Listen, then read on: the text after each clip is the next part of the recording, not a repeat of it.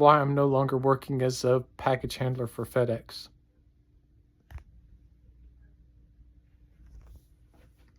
So back in October 2025, I was hired on as a package handler for FedEx for a seasonal position. Now, the reason that I took that job and was interested in it was because I had another line of work that I was intent in remaining in. And I needed a supplemental job around it just to sort of fill my life out. And so after the holiday season, I was retained as a part-time employee for FedEx. And just to give you some kind of illustration of the work that I did, I want you to see this picture.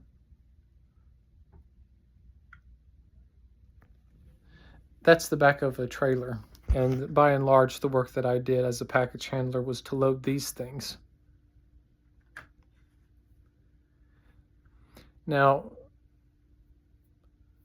originally I was scheduled on a routine Monday through Friday basis, but after some time working, I responded to the interest of management and agreed to work Sundays in exchange for having Thursdays off. And so when I began to work Sundays, as I continued to work Sundays more and more, I began to notice that there was freight being handled in the warehouse that was just simply being regurgitated. Like the morning shift would unload it, and it would hang around the warehouse, not even attempt to be delivered to customers. And then in the evening, when my shift came in, we would just sort of store it back to be processed again the following day. And so it was obvious to me, just on the basis of that observation, that the operation needed delivery drivers to work weekend relief. One of the reasons that Mondays are so bad in a FedEx operation is because the freight isn't being successfully delivered on Sundays. So I thought that would be my contribution. I'll continue to work as a package handler and then see if I can work 1 or 2 days on the weekend as a relief driver and then help the operation out without sacrificing the work that I'm already doing. So I applied to one of the independent service providers or independent contractors, which actually does the delivery work on behalf of FedEx. FedEx doesn't do its own delivery in the case, in most cases. And after sort of investing in the application process and working and communicating with the hiring team, it came to my attention that there was a policy against dual employment of the sort that I was dealing with. Now, FedEx has a publication called the Global Conflicts of Interest Policy, and without showing the full text of that, employees must comply with the operating company's policy on outside employment or moonlighting. And that was indicated to me in my handbook, though I hadn't really fully grasped the significance of it when I was being hired.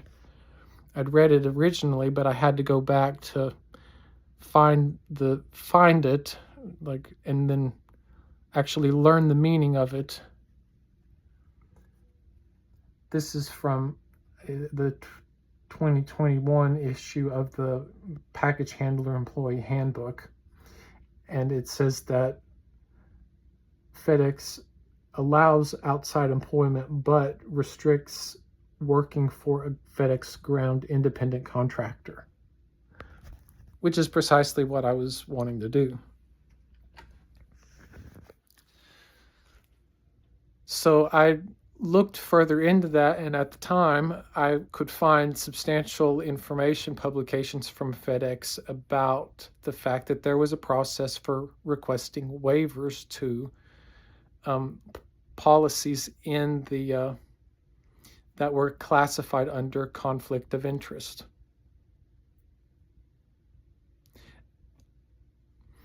Now, these days, that information has actually sort of been hidden, it seems, or it's no longer as visible. I can't find the very clear statements about the availability of waivers for conflicts of interest, but the company code of conduct, which sort of integrates all of the company's policies about behavior, which and therefore includes conflicts of interest, says that waivers are available, and that there's a process through the legal department and whatnot that handles requests of that nature. And so, having seen that a waiver existed for conflicts of interest for executives and managers who actually had a serious conflict of interest, and not just a misclassified so-called conflict of interest, which is actually a shield on liability or threat of liability.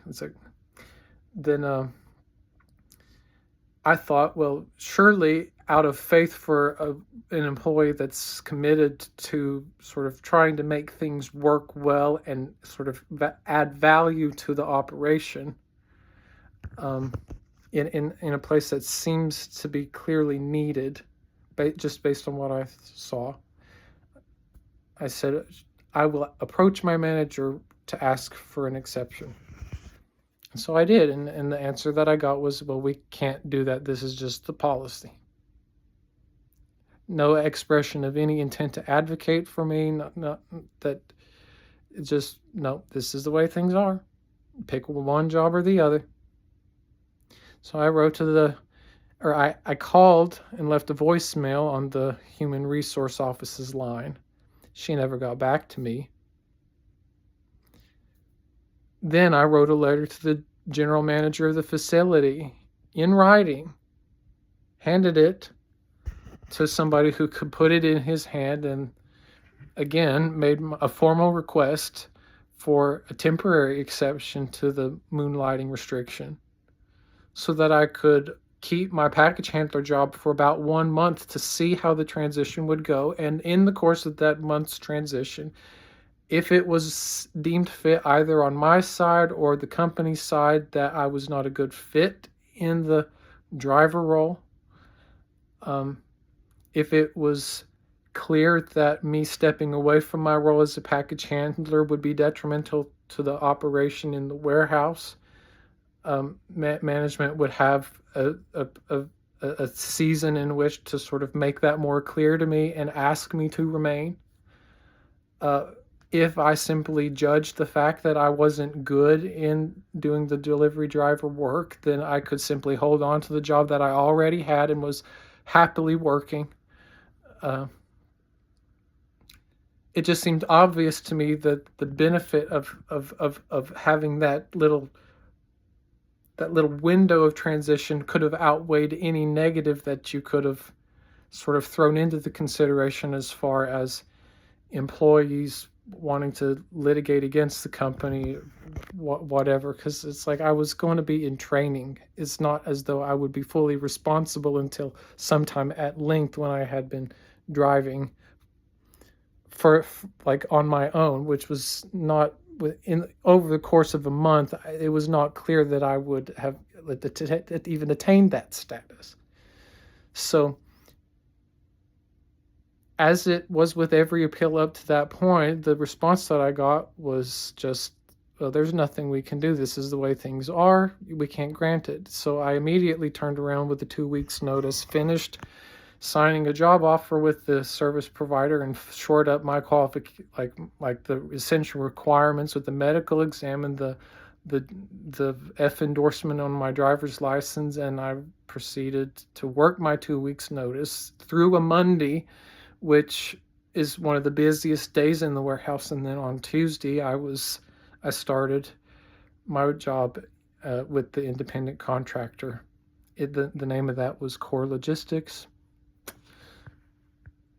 Now, I'm not going to say more about the course, like how things went inside core logistics. But what I will say is that by the following Sunday, I was terminated, and it was indicated to me that this was just a matter of the fact that they had that they were full of the operation was full of employees, and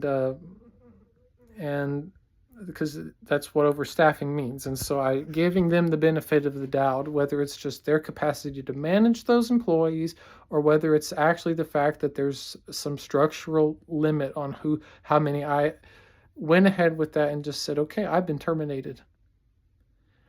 If I had been given the privilege of even having a 1-week transitional term, I would have continued happily working my job as a package handler, and following this termination, I would have continued. As it is, I was just laid off and without the job that I had just relinquished. Because I was forced to resign it on the basis of the fact that in order to move ahead with another limited opportunity, because I had to resign the job. Period.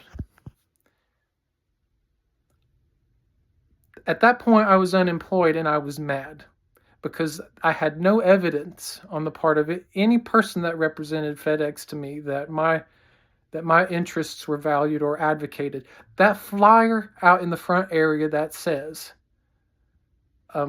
plan your career, come for a job, stay for a career, it's nonsense given what I experienced right there. The tuition reimbursement option, if you're willing to dish out several hundred, if not thousands of dollars in tuition reimbursement, you ought to be willing to give your employees the benefit of the doubt by providing a process by which they can transition to a role that is integral within the operation, even if you don't want to call it integral. It is just a fact that these so-called independent contractors are functionally subsidiaries of FedEx Corporation. So whatever theoretical, like, legalese thought process justifies the notion that these entities must be separated, it doesn't actually.